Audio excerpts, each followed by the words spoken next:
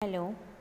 आज हम पढ़ेंगे मुंशी प्रेमचंद का गबन उपन्यास।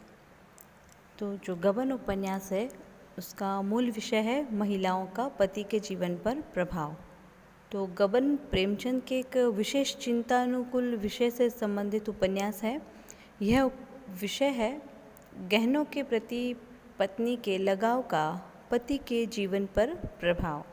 तो गबन में टूटते मूल्यों के अंधेरे में भटकते मध्यम वर्ग का वास्तविक चित्रण किया गया है।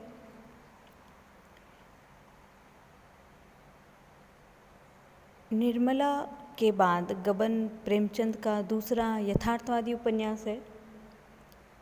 यह कहना चाहिए कि यह उसके विकास की ही अगली कड़ी है। निर्मला उपन्यास के गबन का मूल विषय है महिलाओं का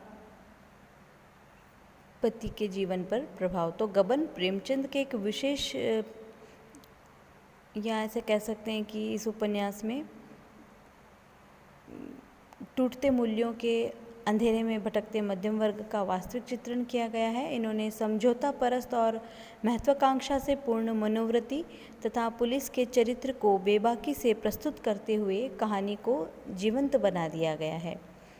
तो इस उपन्यास में प्रेमचंद ने पहली नारी समस्या को व्यापक भारतीय परिप्रेक्ष्य में रखकर देखा है और उसे तत्कालीन भारतीय स्वाधीनता आंदोलन से जोड़कर देखा है। सामाजिक जीवन और कथा साहित्य के लिए यह एक नई दिशा की ओर संकेत करता है। यह उपन्यास जीवन की असलियत की छानबीन अधिक गहराई से करता है, भ्रम को तोड़ता है, नए रास्ते तलाशने के लिए पाठक को नई प्रेरणा देता है। इसका जो कथानक है वो कुछ इस प्रकार है कि गबन की नायिका जालपा एक चंद्रहार पाने के लिए लालायित है। उसका पति कम वेतन वाला क्लर्क है। यद्यपि वह अपनी पत्नी के सामने बहुत अमीर होने का अभिनय करता है, अपनी पत्नी को संतुष्ट करने के लिए वह अपने दफ्तर से गबन करता है और भाग कर के कलकत्ता चला जाता है, जहाँ एक कुंजड़ा और उसकी पत्नी उसे शरण देते हैं। डकैती के एक जाली मामले में पुलिस उसे फंसा करके मुखबिर की भूमिका में प्रस्तुत करती है। उसकी पत्नी परिताप से भरी कलकत्ता आती है और उसे जेल से निकालने में सहायक होती है। इसी बीच पुलिस की तानाशाही के विरुद्ध एक बड़ी जनजागृति शुरू होती है। इस उपन्यास में विराट जन आंदोलनों के स्पर्श का अनुभव पाठक को होता है। लघु घटनाओं से आरंभ होकर राष्ट्रीय जीवन में बड़े बड़े तूफान उठ खड़े होते हैं। एक क्षुद्रवृत्ति की लोभी स्त्री से राष्ट्र नायिका में जालपा की परिणति प्रेमचंद की कलम की कलात्मकता की पराकाष्ठा है। इसमें दो कथानक हैं, एक प्रयाग से संबंधित और दूसरा कोलकाता से संबंधित। तो दोनों कथानक जालपा की मध्यस्थता द्वारा जोड़ दिए गए हैं। कथानक में अनावश्यक घटनाओं और विस्तार का अभाव है। प्रयाग के छोटे से गांव के जमींदार के मुख्तार महाशय दीनदयाल और मानकी की इकलौती पुत्री जालपा को बचपन से ही आभूषणों, विशेष चंद्रहार की लालसा लग गई थी।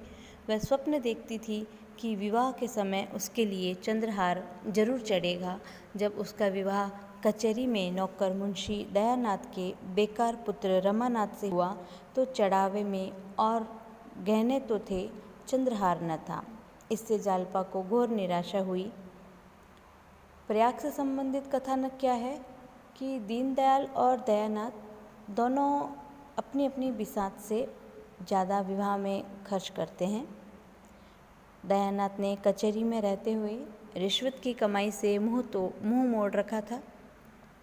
पुत्र के विवाह में वे कर्ज से लद गए। दयानाथ तो चंद्रहार भी चढ़ाना चाहते थे, लेकिन उनकी पत्नी जोगेश्वरी ने उनका प्रस्ताव रद्द कर दिया। जालपा की एक सखी शहजादी उसे चंद्रहार प्राप्त करने के लिए और उत्तेजित करती है। जालपा चंद्रहार की टेक लेकर ही ससुराल गई। घर की हालत तो खस्ता थी, किंतु रमानाथ ने जालपा के सामने अपने घराने की बड़ी शान मार रखी थी।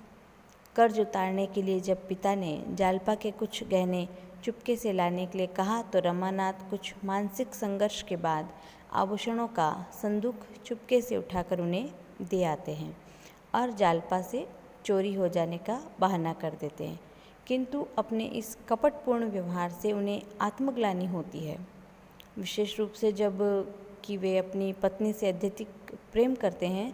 जालपा का जीवन तो शुद्ध हो उठता है। अब रमानाथ को नौकरी की चिंता होती है।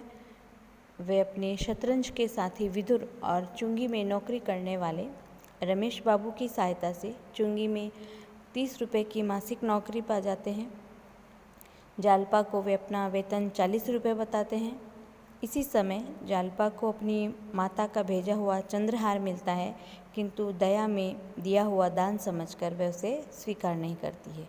अब रमानाथ में जालपा के लिए गहने बनवाने का हौसला पैदा हो गया है।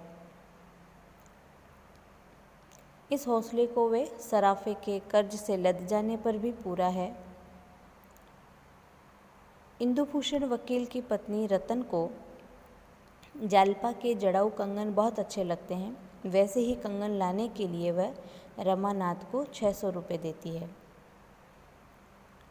सराफ इन रुपयों को कर्ज खाते में जमा कर रमानाथ को कंगन उधार देने से इनकार कर देता है। रतन कंगनों के लिए बराबर तकाजा करती रहती है। अंत में वह अपने रुपए ही वापस लाने के लिए कहती है। उसके रुपए वापस करने के ख्याल से रमानाथ चुंगी के रुपए ही घर ले आते हैं। उनकी अनुपस्थिति में जब रतन अपने रुपए मांगने आती है तो जालपा उन्हीं रुपयों को उठा करके दे देती है। घर आने पर जब रमानाथ को पता लगा तो उन्हें बड़ी चिंता हुई। गबन के मामले में उनकी सज़ा हो सकती थी। सारी परिस्थिति का स्पष्टीकरण करते हुए उन्होंने अपनी पत्नी के नाम पर एक पत्र लिखा। वे उसे अपनी पत्नी को देने या न देने के बारे में सोच ही रहे थे कि वह पत्र जालपा को मिल जाता है। उसे पत्र पढ़ते देखकर उन्हें इतनी आत्मग्लानि होती है कि वे घर से भाग जाते हैं। जालपा अपने गहने बेचकर चुंगी के रुपए लौटा देती है। इसके बाद कथा जो है कलकत्ता की ओर मुड़ती है। कलकत्ते से संबंधित जो कथा है वो इस प्रकार है कि कलकत्ते में रमानाथ अपने हितैषी देवीदीन खटीक के यहाँ कुछ दिनों तक गुप्त रूप से रहने के बाद चाय की दुकान खोल लेते हैं। वे अपनी वास्तविकता छिपाए रहते हैं। एक दिन जब वे नाटक देखकर लौट रहे थे, पुलिस उन्हें सुबह में पकड़ लेती है। घबराहट में रमानाथ अपने गबन आदि के बारे में सारी कथा सुना देते हैं। पुलिस वाले अपनी तहकीकात द्वारा उन्हें निर्दोष पाते हुए भी नहीं छोड़ते और उन्हें क्रांतिकारियों पर चल रहे एक मुकदमे के गवाह के रूप में पेश कर देते हैं। जेल जीवन से भयभीत होने के कारण रमानाथ पुलिस वालों की बात मान लेते हैं। पुलिस ने उन्हें एक बंगले में बड़े आराम से रखा और जौहरा नामक एक वेश्या उनके मनोरंजन के लिए नियुक्त की गई। उधर जालपा रतन के परामर्श से शतरंज संबंधी 50 रुपये का एक विज्ञापन प्रकाशित करवाती है। जिस व्यक्ति ने वह विज्ञापन जीता वह रमानाथ ही थे और इससे जालपा को मालूम हो गया कि वे कलकत्ता में हैं। खोजते खोजते वे देवीदीन खटीक के यहाँ पहुँच जाती है और रमानाथ को पुलिस के कुचक्र से निकालने की असफल चेष्टा करती है।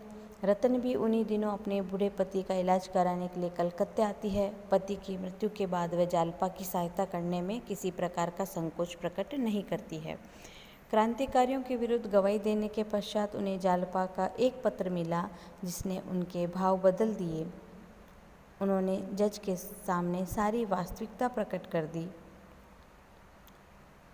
तो निष्कर्ष रूप में इसका हम उपसंहार देखते हैं कथानक का, जो कि इस प्रकार है कि जालपा के कारण रमानाथ में आत्मसम्मान का फिर से उदय हो जाता है।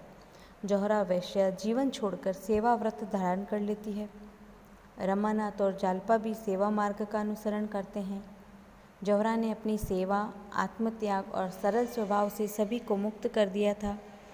रतन मृत्यु को प्राप्त हुई। एक बार प्रयाग के समीप गंगा में डूबते हुए यात्री को बचाते समय भी वह बह गई।